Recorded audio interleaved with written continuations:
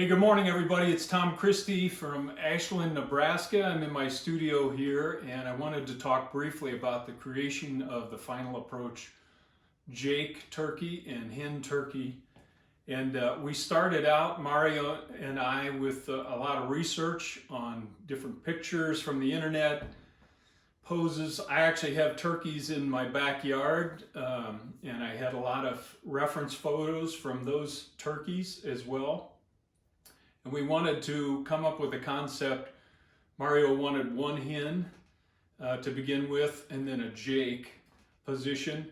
So once we did the research and kind of went back and forth on what we thought the positions should look like, then I go to work and develop some concept sketches.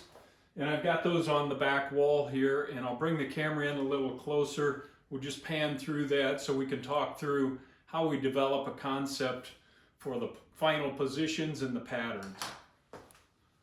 Just wanted to take a quick look at the concept sketches. When we started the project, as I said, we did research on different positions, and then the project always starts with a concept sketch or a few sketches. I made a couple of different variations on the hen and a couple of variations on the Jake. There's not enough room here to show all of that, but I just wanted to show pieces of it. And then in order to get to the carving part, we have to develop a top-down pattern, a side pattern. And part of the challenge of carving turkeys is just the sheer size of things. This is 24, 25 inches long, takes a large piece of wood. And we'll go to the carving shop and I'll talk about a few of the challenges in carving these turkeys. But I did want to show you, this is kind of where the project begins.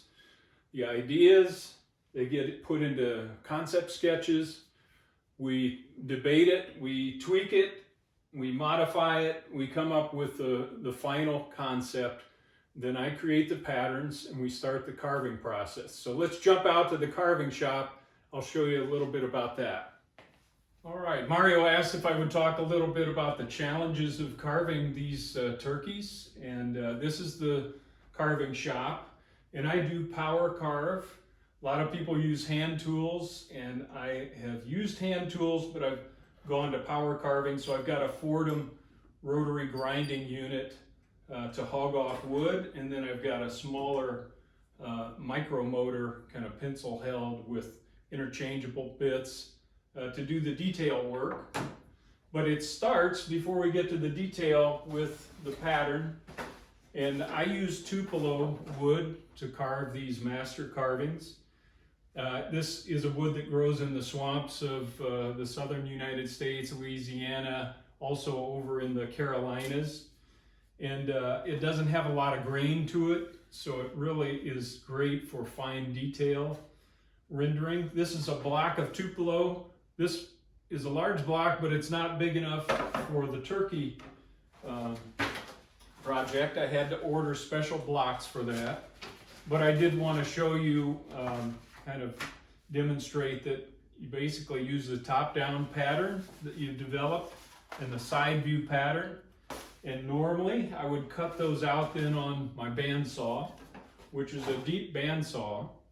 But with the turkey project, the geometry was such that I couldn't get all my cuts on the bandsaw, and I had to resort to old school hatchet carving, which is a very effective way to hog off wood. And basically, I was able to bandsaw major portions of the body, but then had to do the rounding, the rough rounding with the hatchet. And then we move into the detail carving. And I'll show a close-up of the detail carving. This is in progress, and a lot of reference needs to be checked to get all the feathers, the proper dimension, in the proper shape, proper orientation in the pose that we're trying to portray. And then I use basically we carve every individual feather on the turkey, and you might imagine that's a lot of surface area, that's a lot of carving. And we carve the individual feathers and then do the detailing of each individual feather with the grinding equipment. So the feather barbs, the feather quills, splits in the feathers, And one note I would make on that is I'm an old manufacturing guy, and that is helpful because whatever I carve has to be translated effectively into the molding process in manufacturing. And those molding processes have certain limitations. Mario and I go back and forth on how much detail are we going to need to generate the result we're looking for out of the manufacturing process when it's all said and done. All right, well, that's a quick overview of the carving process. And carving a turkey like that takes many, many weeks to accomplish the carving. Once it's done, I seal it up, prime coat it, ship it off to the manufacturer, and Mario has first samples made from that after the mold is produced. And a fun part of the whole project for me is there are times, like on the turkey, when Mario will provide first samples back to me, and I provide a manufacturing paint job scheme, colors, patterns, positions, sequence, that will allow the manufacturers to paint these things successfully in the thousands and be consistent.